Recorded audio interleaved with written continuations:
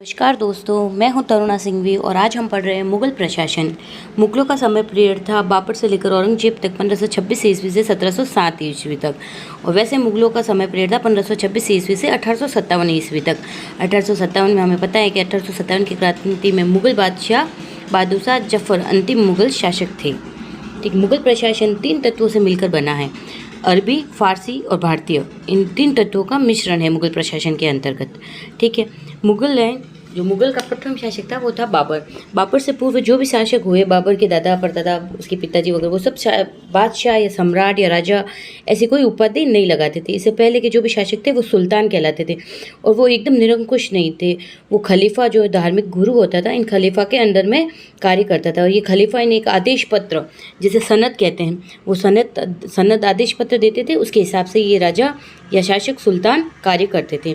तो बाबर ने 1507 ईस्वी में ये पहला ऐसा शासक था जिसने बादशाह या पातशाह की उपाधि धारण की। बादशाह का मतलब होता है शाह यानी स्वामी, और बाद या पात का मतलब होता है स्थाई यानी स्थाई स्वामी। बादशाह और पातशाह की उपाधि धारण कब की बाबर ने? 1507 ईस्वी में। ठीक है, जो मुगल प्रशासन है वो राजत्व के सिद्धांत पर आधारित था। राजत्व का सिद्धांत क्या होता है? तो राजत्व का सिद्धांत होता है देवीय सिद्धांत, यानी जो राजा है, सम्राट है, वो देवता के समान है, ईश्वर का प्रतिनिधि है, ईश्वर के बराबर का, ईश्वर का समरूप है, आम आदमी नहीं है। हमें पता है कि 1579 ईस्वी में 1579 ईस्वी में अकबर ने मजहब की घोषणा की थी, दीन इलाही धर्म की घोषणा की थी। उस समय जिल्ले इलाही, फरे इजदी, दीन इला जैसे शब्द की घोषणा की थी, जिसका मतलब क्या होता है कि ईश्वर का प्रतिनिधि, देवता समान, देव्य पुंज, ईश्वर का समरूप है। ठीक है, तो हमें ये ध्यान रखना है कि मुगलों का प्रशासन है वो राजत्व सिद्धांत या देवी सिद्धांत पर आधारित था, और ये राजत्व देवी सिद्धांत शरीयत पर आधारित था। ठीक है, शरीयत क्या थी? शरीयत के अंदर कुरान और हदीस की बातें थी, तो शरीयत के अकॉर्डिंग शासन चलता था। ठीक है, अब देखते हैं मुगल प्रशासन। मुगल प्रशासन का सर्वोच्च हेड होता था, वो कौन था? बादशाह होता था, जो सर्वोच्च प्रशासक, सर्वोच्च सेनापति, सर्वोच्च न्यायाधीश होता था। और अन्य केंद्रीय प्रशासन की अन्य प्रशासनिक इकाइयाँ क्या थी? तो देखिए, सबसे बड़ी इकाई थी केंद्र, यानी पूरा देश। केंद्र वापस प्रांतों में बटा हुआ था। प्रांत को कहा जाता था सूबा, प्रांतीय राज्य के लिए सूबा। सूबा वापस सरकार में, सरकार यानी जिला, और सरकार वापस परगना में, जिले वापस परगना में यानी तहसील में, और परगना गांव में। गांव को मोजा कहा जाता था। गांव में मौज होती है, जैसे गांव में मोजा कहा जाता था। तो सबसे छोटी इकाई मुगल काल की कौन सी होती थी? गांव। गांव को क्या कहा जाता है मुगल काल में? मोजा। गांव में मौज, ऐसे याद रख सकते हैं। सबसे छोटी इकाई मोजा।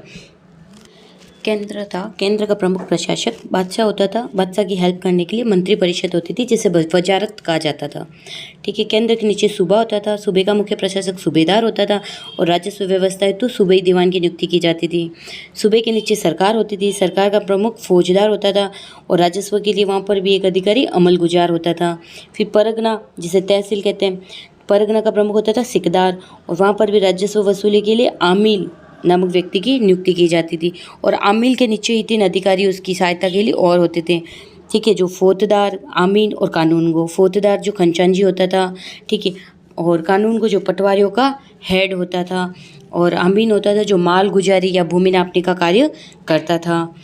और गांव के अंदर सबसे छोटी इकाई है गांव, जिसे मोजा कहते हैं, वहाँ राजस्व वसूली करने के लिए पटवारी नामक अधिकारी की नियुक्ति की जाती थी। अब देखिए, केंद्रीय प्रशासन में देखो, केंद्रीय प्रशासन में सबसे पहले जब बाबर था, उस समय सबसे महत्वपूर्ण पद, सर्वोच्च पद, जो बादशाह के बाद द्वितीय नंबर पर था, सेकंड नंबर पर शक्तिशाली था, जिसे सैनिक सभी अधिकार प्राप्त थे, वो था वजीर या वकील, या वर्तमान का पीएम जैसे कह सकते हैं प्रधानमंत्री।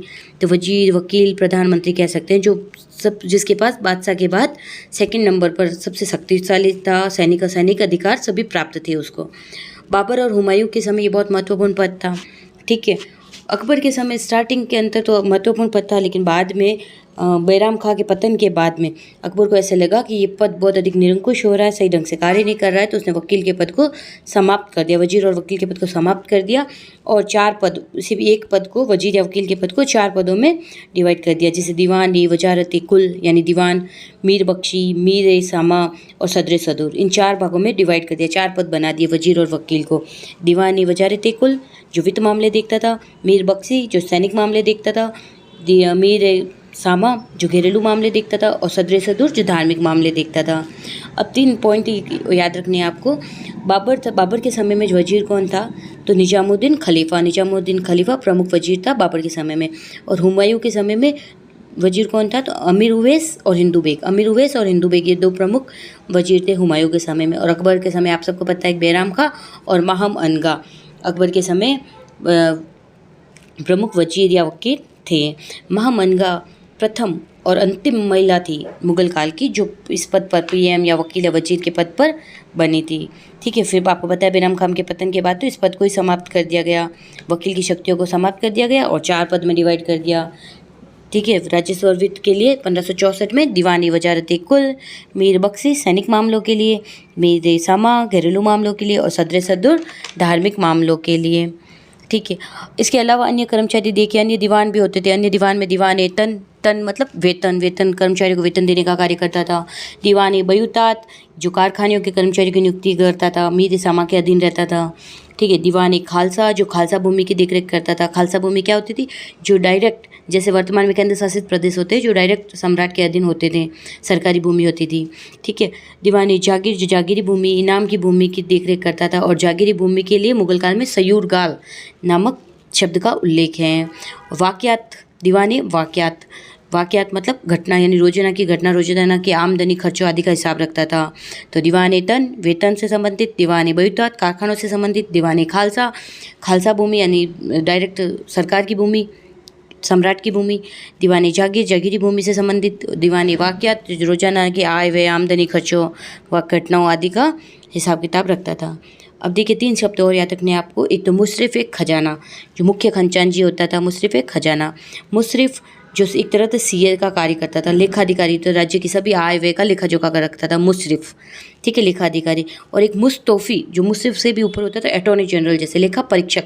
मुस्तौफी यानी टॉफी दे देकर सारा पूछताछ करता था, परीक्षक था, लेखा परीक्षक अटॉर्नी जनरल। ठीक है, ये हो गया। अब और हुमायूं के समय तो दीवान था ही नहीं, वकील या वजीर ही थे। ठीक है, अकबर के समय दीवान का पद बना और अकबर के समय सबसे प्रथम दीवान 1564 में कौन था? मुजफ्फर खान। उसके बाद में टोडरमल, ख्वाजा मंसूर और फतेहुल्ला ये अकबर के समय प्रमुख दीवान थे। ठीक है, और जहांगीर के समय दीवान कौन था? एतमउद्दौला, उनका ससुर, जहांगीर का ससुर, नूरजहाँ का पिता। और मीर जुमला, फाजिल खां, जफ़र खां, असद खां ये औरंगजेब के समय प्रमुख दीवान थे। ठीक है, और एक और महत्वपूर्ण बिंदु, असद खां सबसे लंबे समय तक दीवान रहे, 1676 से लेकर 1707 ईस्वी तक। ठीक है, अब थोड़ा कार्य भी देख लेते हैं हमारे जो चार थे, मीर बख्शी, खान सामा, सदर सदूर, कज्जुल करात इनके। तो मीर बख्शी था जो सैनिक विभाग का प्रमुख होता था। सैनिकों की नियुक्ति, सैनिकों का हुलिया रखना, रसद हथियार आपूर्ति, सैनिकों में अनुशासन, ठीक है, ये सभी कार्य करता था। इम्पोर्टेंट बात यह है कि वो युद्ध काल के समय में सैनिकों को वेतन भी बांटता था। ऐसे नॉर्मली वेतन कौन देता था? दीवानी तन जो वेतन देता था सभी कर्मचारियों को और सैनिकों को। लेकिन युद्ध काल के समय में सैनिकों को वेतन कौन देता था? मीर बख्शी। ठीक है, मीर बख्शी द्वारा सरखत नामक पत्र होता है, उस पर सिग्नेचर होते थे, उसके बाद ही वेतन दिया जाता था। और मनसबदारी व्यवस्था का संचालन भी मीर बख्शी करता था। यात्राओं के दौरान राजाओं की सुरक्षा का कार्य भी मीर बख्शी करता था। ठीक है, और वाक्यानविश होता था जो मीर एक तरह से गुप्तचर होता था, मीर बख्शी को सूचना देता था। मीर सामा आपको पता है घरेलू मामलों का प्रधान होता था, दैनिक आवश्यकताओं की पूर्ति करता था। ठीक है, और इस मीर सामा पद की स्थापना है वो अकबर के समय में की गई थी और बाद में आगे चलकर इस पद का नाम चेंज कर दिया गया। औरंगजेब ने मीर सामा की जगह पर खान सामा कर दिया गया। ठीक है, और अकबर के समय में ये पद मीर सामा दीवान के अंडर में ही कार्य करता था, लेकिन जहांगीर के समय ये पद स्वतंत्र रूप से कार्य करने लग गया। दीवान बयूतात, मुशर्रिफ इन पर नियंत्रण का कार्य भी मीर सामा करता था। बड़ी बड़ी सारी दावतों का आयोजन करना भी इसका कार्य था। ठीक है, फिर प्रमुख है सदर सदूर जो धार्मिक मामलों का प्रमुख होता था। सदर सदूर और मुख्य काजी, पहले स्टार्टिंग में ये एक ही व्यक्ति को बनाया जाता था, एक ही पद था। बाद में आगे जाकर अकबर ने अलग अलग व्यक्तियों की नियुक्ति कर दी। ठीक है, ये सदर सदूर क्या करता था? तो धार्मिक मामलों में जो दान पुण्य की व्यवस्था करनी है, कर मुक्त भूमि प्रदान करनी है, धार्मिक शिक्षा, इस्लामी शिक्षा, कौन इस्लामी कानूनों का सही ढंग से पालन करना है नहीं करना, करवाना उनको, ये सभी कार्य करता था। मदद ए माश क्या होता है? तो दान में दी गई भूमि, मदद ए माश। ठीक है, उसका भी निरीक्षण करता था ये सदर सदूर। और एक और बात महत्वपूर्ण बिंदु आपको याद रखना है, अब्दुल नवी एक ऐसा सदर सदूर था जो भ्रष्टाचार के कारण अकबर के समय जिसे पद से हटाया गया। ठीक है, और मुगल काल का प्रथम सदर सदूर कौन था? शेख गदई। बाद में प्रांतों में भी सदर सदुर की स्थापना की गई। अब देखते हैं काजी उल कजात। काजी उल कजात मतलब मुख्य काजी यानी मुख्य न्यायाधीश। काजी उल कजात की हेल्प करने के लिए मुफ्तियों की नियुक्ति की जाती थी। मुफ्ती यानी वकील, वर्तमान के वकील हैं, और जो मुफ्ती सारी व्याख्या कर देता उसके अकॉर्डिंग ही काजी उल कजात क्या करते थे, निर्णय देते थे। ठीक है, अब देखते हैं मुतासिब। मुतासिब की नियुक्ति कब हुई? औरंगजेब के समय में। ये इंपॉर्टेंट बिंदु है। औरंगजेब के समय में मुतासिब की नियुक्ति की गई। और क्यों की गई? क्योंकि मुस्लिमों के नैतिक चरित्र की जांच करता था, इस्लाम के अकॉर्डिंग आचरण हो रहा है या नहीं हो रहा, ये सब आज कार्य करता था।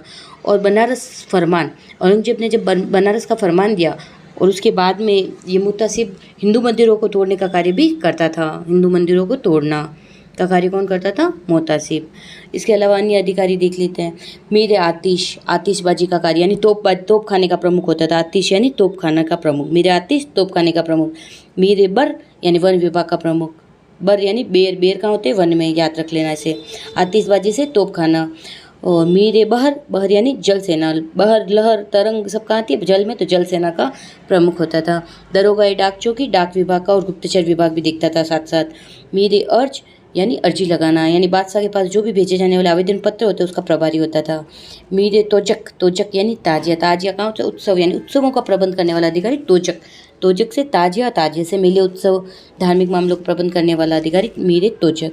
और वाक़या नवीस बताया आगे भी, समाचार लेखक का गुप्तचर होता था। खुफिया नवीस भी गुप्तचर ही होता है, लेकिन ये गुप्त सूचनाएं डायरेक्ट बादशाह के पास पहुंचाता था।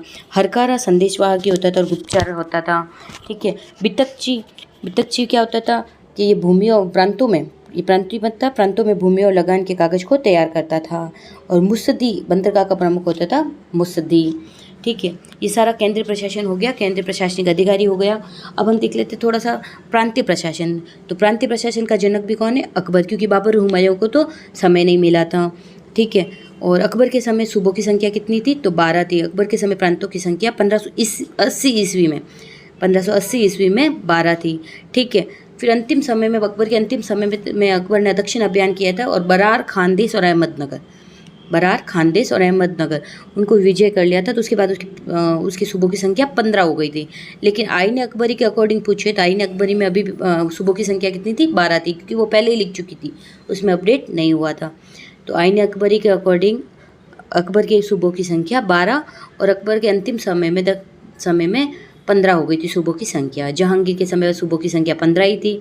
ठीक है, शाहजहाँ के समय कश्मीर, ठट्टा और उड़ीसा 3 और ऐड हो गए तो 18 हो गई थी। सूबों की संख्या 18 हो गई थी। कश्मीर, ठट्टा और उड़ीसा ऐड हो गए थे। और औरंगजेब के समय सूबों की संख्या 20 हो गई थी। ठीक है, बीजापुर और गोलकुंडा दक्षिण के 2 प्रांत और विजय हो गए थे तो 20 हो गई थी। तो मुगल काल में सर्वाधिक सूबों की संख्या किसके शासनकाल में थी? तो औरंगजेब के शासनकाल में थी। ठीक है, और यहाँ एक और महत्वपूर्ण बात है, औरंगजेब के समय ऐसे तो 20 थी सूबों की संख्या, लेकिन प्रोफेसर राय चौधरी और NC मंजूमदार ने सूबों की संख्या 21 भी बताई है औरंगजेब के समय में। ठीक है, महत्वपूर्ण बिंदु और रह गए। एक है मीर अदल। मीर अदल क्या होता है? तो इसकी नियुक्ति सर्वप्रथम अकबर ने की थी। और जो दान और अनुदान उत्तराधिकारी से संबंधित जो भी मामले होते थे उसका निपटारा करता था ये मीर अदल। ठीक है, छोटे शहरों, छोटी जगहों पर तो मीर अदल होता था और बड़े सूबे और उसकी राजधानियों में ये कार्य करने हेतु कोतवाल की नियुक्ति की जाती थी। ठीक है, तो कोतवाल और मीर अदल, छोटे सूबों में मीर अदल, बड़े सूबों में कोतवाल। ठीक है, कार्य क्या करता था ये? इनकी नियुक्ति अकबर ने की और कार्य करता था ये दान और अनुदान, उत्तराधिकारी आदि के मामलों का निपटारा करता था, संपत्ति से संबंधित दीवानी मामले लाइक। ठीक है, और परगनों का एक और बात याद रखनी है आपको कि परगनों का लेखा और रिकॉर्ड भी मुगल काल में रखा जाता था और ये रिकॉर्ड फारसी भाषा में रखा जाता था। Thank you so much. Please like, subscribe and share.